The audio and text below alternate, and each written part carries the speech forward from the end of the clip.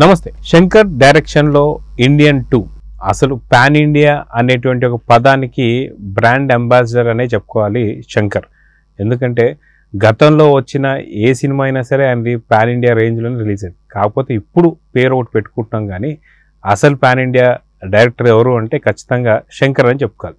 అయితే శంకర్ గారి మూవీ కమల్ హాసన్తో రాబోతున్న సినిమా ఇండియన్ 2. ఇండియన్ 2 వచ్చేసి జూన్ 13వ తారీఖు రిలీజ్ కాబోతుంది.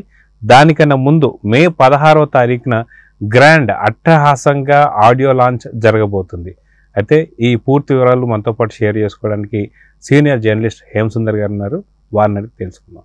సార్ నమస్తే. నమస్తే అండి. సార్, పాన్ ఇండియా డైరెక్టర్ అంటే ఎవరంటే ఖచ్చితంగా మన శంకర్ అని చెప్పుకోవాలి. ఎందుకంటే గతంలో బాలీవుడ్ సినిమాలు బాలీవుడ్లోను, టాలీవుడ్ సినిమాలు టాలీవుడ్లోనూ ఉండేవి. కానీ శంకర్ సినిమాలు మాత్రమే మిగతా పలు భాషల్లో కూడా రిలీజ్ అయిన సందర్భాలు చూసాం. అయితే ఇప్పుడు pan India director, pan India hero అనుకుంటున్నాం, కానీ అసలు పాన్ ఇండియా డైరెక్టర్ శంకర్ అనుకోవచ్చా? అతనే కదా బీజీ వేసింది. అతను సినిమాలకి పాన్ ఇండియా స్థాయిలో రిలీజ్ చేయొచ్చిన ఆలోచన కలిగించింది శంకరే అనుకోవాలి.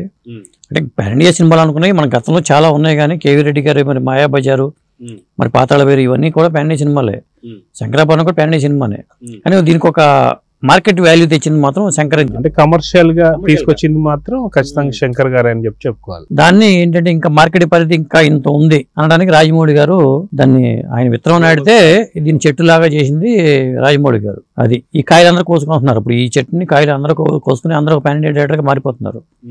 అది శంకర్ అనగానే మనకి భారతీయుడు సినిమానే గుర్తు వస్తుంది. అసలు శంకర్ అంటే భారతీయుడే. అయితే భారతీయుడు దరిదాపున 28 ఏళ్ల క్రితం వచ్చిన సినిమాకి సీక్వెల్ ఆలోచించడం అనేది ఒక గొప్ప వింత అని చెప్పేసి అనుకోవచ్చు.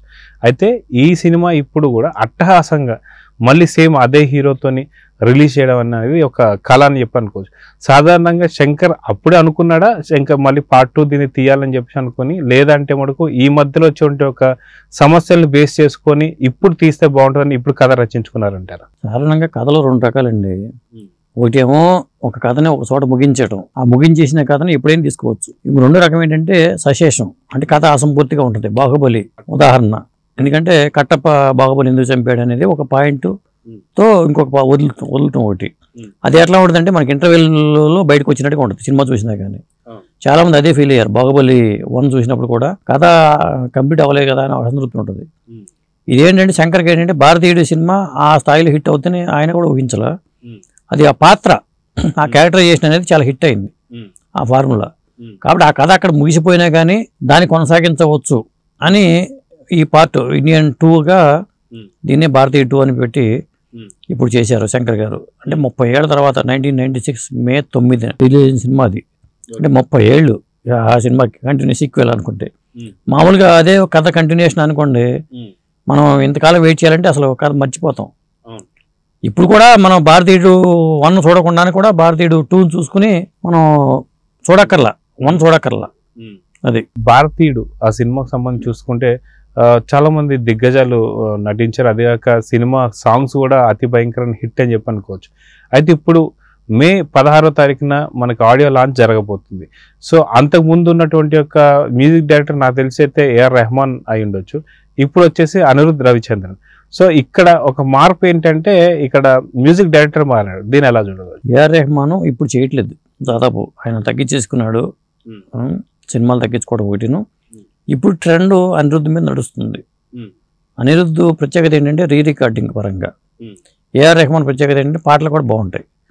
ఏఆర్ రెహమాన్ పాటలు ఏంటంటే విన్నప్పుడు స్టార్టింగ్లోనేమో అంత ఉండదు, వెనక పాటకి గ్రాఫ్ పెరుగుతూ ఉంటుంది. అది రెహమాన్ ప్రత్యేకత. అనిరుద్ధ్ రవిచంద్రన్కి ఏంటంటే ఆ బీజిఎం అనేది చాలా ప్లస్ పాయింట్ అవుతుంది. ఇప్పుడు ఇండియన్ 2 భారతీయ 2 ఏదైతే అనుకున్నామో అది బీజిఎం ప్రధానంగా ఉంటుంది. ఇంకొకటి ఏంటంటే ఆడియో లాంచ్ పెట్టుకున్నారు వాళ్ళు. అంటే సినిమా డేటే లాక్ చేసుకున్నారు, జూన్ 13 రిలీజ్ చేద్దామని. దానికి ముందు మే 16వ తారీఖుని చెన్నైలో నెహ్రూ స్టేడియంలో వీళ్ళు ఆడియో లాంచ్ పెట్టారు. ఆడియో లాంచ్ పెట్టారంటే సాంగ్స్ మంచి సాంగ్సే ఉన్నాయి అని అనుకోవాలి. అయితే ఈ ఆడియో లాంచ్కి అతిరథ మహారథులు రాబోతున్నారు. ఇదే ఒక పెద్ద చర్చ కింద మారింది.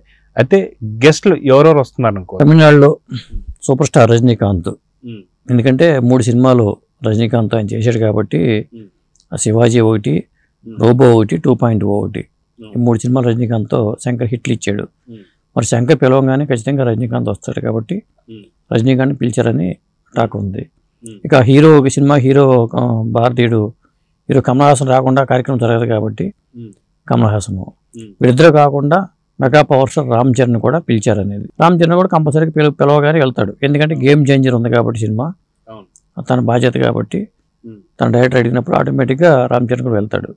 కాబట్టి వాళ్ళు చెన్నైలో నెహ్రూ స్టేడియంలో భారీ స్థాయిలోనే ఇది లాంచ్ ఆడియో లాంచ్ భారతీయ 2 ఆడియో లాంచ్ పెట్టారని సమాచారం అయితే ఉంది. అయితే దీనికి మెగాస్టార్ చిరంజీవి గారు కూడా రాబోతున్నారు అని కొన్ని సంకేతాలు అయితే అందుతున్నాయి. దాంట్లో నిజం ఉందనుకోవచ్చా? వెళ్తే ఇంకా బాగుంటుంది. రామ్ చరణ్ కన్నా ఇంకా చిరంజీవి గారు ఉంటే ఇంకా బాగుంటుంది చెప్పాలంటే. ఎందుకంటే చిరంజీవి గారు ఉంటే రామ్ చరణ్ ఉన్నట్టే కదా అది. ఎందుకంటే సూపర్ స్టార్లు అందరూ ఒక వేదిక మీద ఉన్నట్టుగానే ఉంటుంది. మెగాస్టారు సూపర్ స్టారు మధ్యలో ఉలగ నాయకం కమల్ హాసన్ గారు, రజనీకాంత్ కమల్ హాసన్ అంటే వాళ్ళిద్దరు చెప్పాలంటే సమూజ్యులనే అనుకోవాలి. అక్కడ సమూజ్యులే. కాకపోతే మార్కెట్ పరంగా ఇప్పుడు రజనీకాంత్ క్రేజ్ ఇదిగా ఉంది కానీ ఎక్కడ కమల్ హాసన్ కూడా తగ్గట్లేదు కదా. రజనీకాంత్ ఎన్ని సినిమాలు చేస్తే కమల్ హాసన్ చేతిలో అన్ని సినిమాలు ఉన్నాయి ఇప్పటికీ. పైగా పాన్ ఇండియా సినిమాలే ఉన్నాయి కమల్ హాసన్కి. ఒక పాత్ర కోసమే కలికిలో ఒక పాత్ర కోసమే భారీ స్థాయిలో రెమ్యునరేషన్, కొద్ది నిమిషాలు ఉండే పాత్ర కోసమే భారీ రెమ్యునరేషన్ తీసుకున్నట్టుగా సమాచారం ఉంది కమల్ హాసన్కి. అలాంటిది భారతీయుడు 2 అనేది హిట్ అయింది అనుకోండి. ఇప్పుడు తగ్ లైఫ్ ఉంది మణిరత్న సినిమా, దానికి ఒక పాన్ ఇండియా సినిమా అది. అలాగే కల్కి సినిమా ఉంది కమల్ హాసన్ చేతిలో కూడా అలాగే ఉన్నాయి. రజనీకాంత్ చేతిలో ఎన్ని సినిమాలు ఉన్నాయి, కమల్ హాసన్ కానీ సినిమాలు ఉన్నాయి. ఇప్పటికీ కూడా నువ్వా నేను అన్నట్టుగానే వాళ్ళు ట్రావెల్ అవుతున్నారు తమిళనాడులో. మరి వీళ్ళిద్దరూ ఒక వేదిక మీద ఉండటం అనేది చాలా కాలం తర్వాత. అలాగే చిరంజీవి గారు లేదా రామ్ చరణ్ మొత్తానికి ఒక భారీ ఈవెంట్ అయితే తమిళనాడులో జరగబోతుంది. అయితే శంకర్ గారి మూవీస్ అనగానే కొంత పోస్ట్పోన్కి సంబంధించినటువంటి ఒక మనం వార్తలు వింటూ వస్తున్నాం. అయితే జూన్ 13 లాక్ అని చెప్పేసి ఏదైతే ఉందో ఖచ్చితంగా లాక్ అయినట్టేనా, లేదంటే మళ్ళీ పోస్ట్పోన్ జరిగే అవకాశాలు కూడా ఉండొచ్చు అంటారా? దాదాపు లాక్ చేసుకుంటే అంతేనండి. ఎందుకంటే మళ్ళీ తర్వాత జూన్ 27 కలికి ఉంది కాబట్టి 2-3 వారాల గ్యాప్ అనేది కంపల్సరీ ఉండాలి. కాబట్టి 2 వారాల గ్యాప్ అయితే ఉంది కాబట్టి జూన్ 13 కరెక్ట్ డేటు. ఆ తర్వాత అంటే సెలవులు అయిపోయిన తర్వాత వెంటనే స్కూల్స్ కూడా ఓపెన్ చేస్తారు. స్టార్టింగ్ కాబట్టి ఇబ్బంది లేదు, మంచి సీజన్ అనుకోవాలి అది కూడా. ఇక ఆ తర్వాత కలికి ఉంది. తర్వాత వచ్చేసరికి జూలై, ఇక ఆగస్ట్ పెద్ద సినిమాలు పుష్ప ఉంది కదా. మరి పుష్ప ఇవన్నీ ఇక చాలా సినిమాలు ఉన్నాయి లైన్లో. కాబట్టి ఆ డేటు వాళ్ళు లాక్ చేసుకోవడం అనేది కరెక్టే. సో ఎప్పుడో 28 ఏళ్ల క్రితం జరుగుతున్నటువంటి స్టోరీకి సీక్వెల్గా ఇప్పుడు ఇండియన్ 2 వచ్చిందని చెప్పి అనుకోవచ్చు. అయితే సేనాధిపతి అని చెప్పేసి ఏదైతే హీరో క్యారెక్టర్ ఏదైతే ఉందో అదే మెయిన్ లీడ్ అనుకోవచ్చు ఈ సినిమాకి. అయితే దీనికి మళ్ళీ ఇండియన్ 2 అయిపోయిన తర్వాత ఇండియన్ 3, ఇండియన్ 4 కూడా వచ్చే అవకాశాలు ఉన్నాయి అంటారా?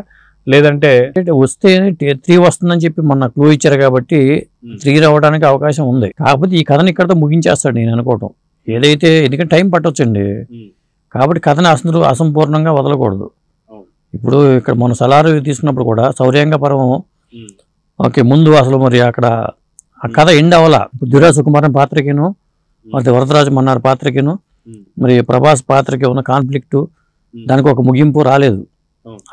దానికోసం మళ్ళీ ఎదురు చూస్తూ ఉండాలి జనాలు. అలా సీక్వెల్స్ అలా చేయకుండా ఉంటే బెటర్ అనిపిస్తుంది నాకు. కాబట్టి భారతీయ 2 ఏంటంటే ఈ కథ ఇక్కడతో ముగిసేలాగానే ప్లాన్ చేస్తాడు.